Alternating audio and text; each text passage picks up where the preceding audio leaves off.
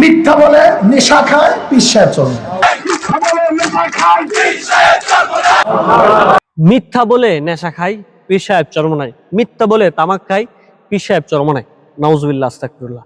এই যে স্লোগানটি, এটি কিন্তু বিএনপির এক যুব নেতার। দর্শক, আপনার স্ক্রিনে সে ভিডিওটা আপনারা দেখতেছেন। সে কত উল্লাস করে, কত খুশি মনে, কত তৃপ্তি সহকারে এই স্লোগানগুলা সে দিচ্ছে, এবং তার সাথে শত শত বিএনপির নেতাকর্মীরা সেই স্লোগানে উন্মাদ হয়ে আছে। দর্শক, একটিবার ভাবুন যে একজন আলেমের ব্যাপারে, একজন পীরের ব্যাপারে কি পরিমাণ কুরুচিপূর্ণ বক্তব্য দিতে পারে।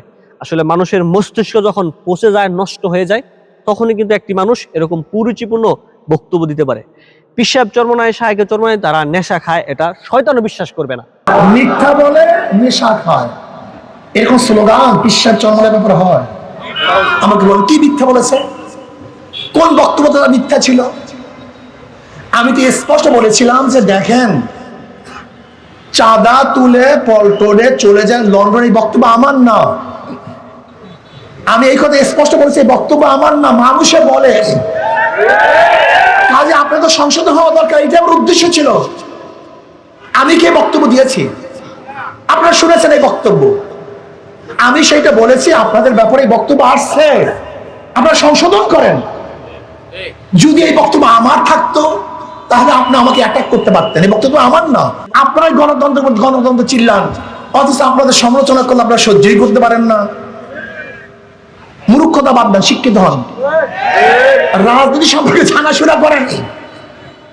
দুই একটা সংসদ দেখেন, গোটা দুনিয়ার সংসদগুলি দেখেন, সংসদে কিভাবে আলোচনা হয় শুনেন। বিরোধী দল ক্ষমতাসীনদেরকে কিভাবে অ্যাটাক করে, একটু শুনে ধৈর্য ধারণ করেন। আপনি তো গাঁজা নিয়ে ব্যস্ত থাকেন, মদ নিয়ে ব্যস্ত থাকেন, চাঁদা নিয়ে ব্যস্ত থাকেন। রাজনীতি শিখবেন কখন? কোথায় রাজনীতি শিখবেন? রাজনীতি তো শিখেনি না। এই যে যুব দলের একটি নেতা, সে কিন্তু নিজে একটি চাঁদাবাজ। এই লোকটি আবার আমাদের আমির, নায়েবে আমিরকে নিয়ে এরকম কুরুচিপূর্ণ স্লোগান দিয়েছে। আচ্ছা, যদি পীর সাহেব চরমনাই, শায়েখে চরমনাই তারা নেশাই খায়, তাহলে শত শত নেশাখোর, শত শত শত খারাপ মানুষ পীর সাহেব চরমনাই সোহবতে যাওয়ার পরে কিভাবে পরিবর্তন হয়? একটি মানুষ যদি সে নেশাই খায়, তাহলে তার কাছে গেলে তো সে নেশাখোর হবে, সে তো কোনোদিন ভালো হবে না। কিন্তু এই যুব দলের নেতা, সে পীর সাহেব চরমনাইয়ের নামে মিথ্যাচার করেছে, কুরুচিপূর্ণ স্লোগান দিয়েছে। আমরা এর তীব্র প্রতিবাদ জানাই।